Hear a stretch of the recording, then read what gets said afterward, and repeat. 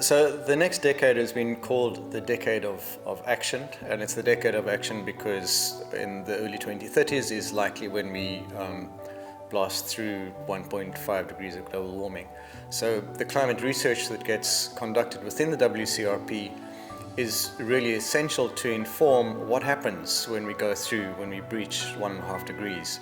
Or what we have learned about climate sensitivity, so that means how the climate is changing depending on the human activities and the way the carbon cycle is changed. It has effect in the radiation budget of the climate system, and has lots of implications in the dynamics of the atmosphere, of the ocean, the connections with ice, vegetation over land, and so on.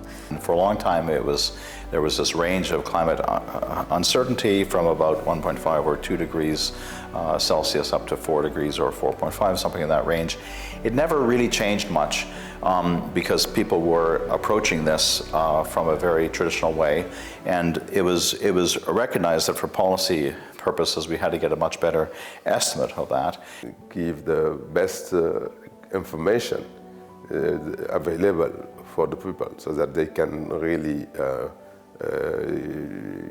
manage and increase the resilience. They are resilient anywhere. Empezamos a hablar de incluir a la gente en el proceso de poder proveer información de utilidad para resolver problemas concretos relacionados con el impacto de ya sea la variabilidad climática o el cambio climático. So for me, these are lots of successes, and it's translated into all the scientific literature that lead authors are assessing in IPCC assessment. So finally, there is a lot of what's going on in WCRP that is there in the science policy interface to inform societies. WCRP in the Grand Challenges it was called, but it was the Cloud Circulation and Climate Sensitivity Challenge, recognized already in something like 2014 after the AR5 came out,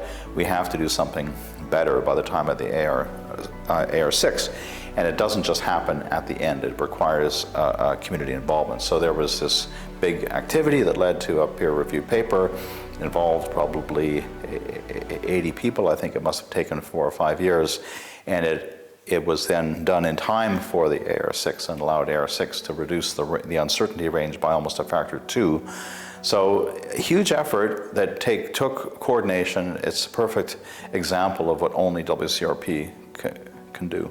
So the big issue that WCRP is focusing on now is how to make all the climate science that we've been doing, the purely physical science, relevant for society, and bridging that gap between the physical scientists and the people studying impacts, the people using climate services in order to make decisions about where we take the world in the next decade. And I think that's a really important bridge that WCRP is building. And the way we do that is we take the climate science, our understanding of the global climate system, and we regionalize it so it's really useful in different regions who are trying to deal with the impacts of climate change. So that's providing climate information for climate services that then allow sensible and appropriate decision making around how to deal with the impacts of climate change, whether it's being able to forecast and predict drought, to be aware of sea level rise, to have more knowledge about rainfall events and where and when they might occur and the intensity. That local climate information builds the adaptive capacity of some of the poorest regions in the world.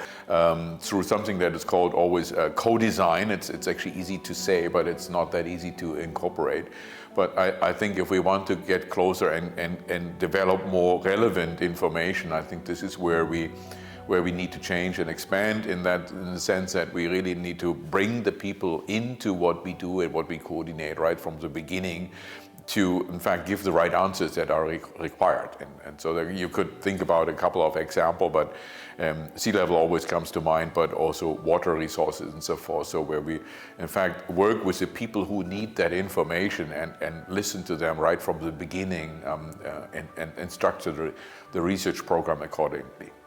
And so it's very important that the WCR science is being made available and is being able to be used in some of those very vulnerable areas of the world when it comes to dealing with climate change. So I think that is the critical role the WCRP plays in providing those climate services, that climate information for adaptation, to essentially save lives and to reduce emissions.